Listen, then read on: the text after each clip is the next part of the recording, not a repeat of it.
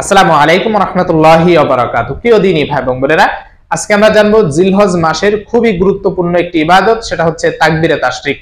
এই তাকবীরে তাশরিক আপনি কখন পাঠ করবেন, এটার পাঠ করার ফজিলত কি? প্রিয় দিনী ভাই এবং বোনেরা, এই তাকবীরে তাশরিক অবশ্যই জিলহজ মাসের গুরুত্বপূর্ণ একটি ইবাদতের ভিতরে অন্যতম।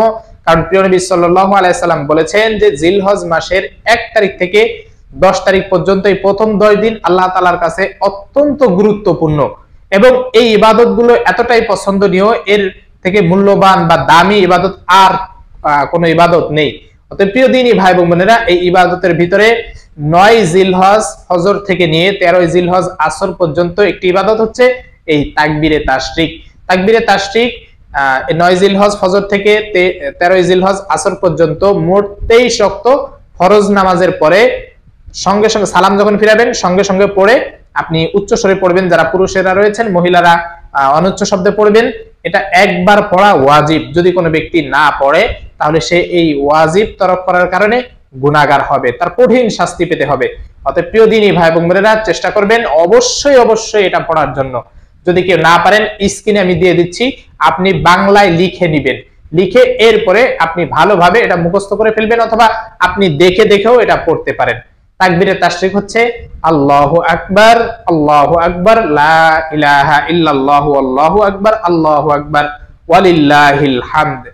এই তাকবীরে তাশরিকটা আমাদের সবার পড়া দরকার, কারণ অত্যন্ত গুরুত্বপূর্ণ। হতে পারে আল্লাহ তাআলা এই তাকবীরে তাশরিকের ওসিলায় আমাদের নাজাতের ব্যবস্থা করে দিতে পারেন। যারা হজ করতে গিয়েছে তারা তো সেখানে পাঠ করছে, আর যারা আমরা যেতে পারি নাই, হয়তো আল্লাহ তাআলা এই তাকবীরে তাশরিকের ওসিলা আমাদের ভাগ্যে হজ নসিব করে দিতে পারেন। কোন ভাবে আল্লাহ তাআলা হজ নসিব করে দিবেন সেটা একমাত্র আল্লাহ তাআলাই ভালো জানেন। অতএব ছোট ছোট ইবাদত যেগুলো রয়েছে, অন্ততপক্ষে এই ইবাদতগুলো করা এবং আল্লাহ তাআলার কাছে এই সাহায্য চাওয়া যে হে আল্লাহ, তুমি এই ইবাদতের মাধ্যমে এই ইবাদতটাকে এতটাই পছন্দ করো যাতে করে এটাই ওসিলা হয়ে যায় আমার নাজাতের জন্য। তাই প্রিয় দিনী ভাই এবং বোনেরা, চেষ্টা করবেন এই তাকবীরে তাশরিক অবশ্যই অবশ্যই পাঠ করার জন্য, এবং এটা যেন ছুটে না যায়। কোনো ব্যক্তি যদি নামাজ কাজা হয়ে যায়, সে জোহরের ওয়াক্ত পড়তে পারলো না, কোন একটা গাড়িতে, বাসে বা ট্রেনে রয়েছে সে, তখন সে করবে, যখনই সেই কাজা নামাজটা পড়বে সঙ্গে সঙ্গে ওই কাজা নামাজের পরে সালাম ফিরাবে, যখন সঙ্গে সঙ্গে সে তাকবীরে তাশরিক পড়ে নিবে অবশ্যই। আল্লাহ তাআলা আমাদের সকলকে এই ইবাদত করার তৌফিক দান করুন, তাকবীরে তাশরিক পাঠ করার তৌফিক দান করুন।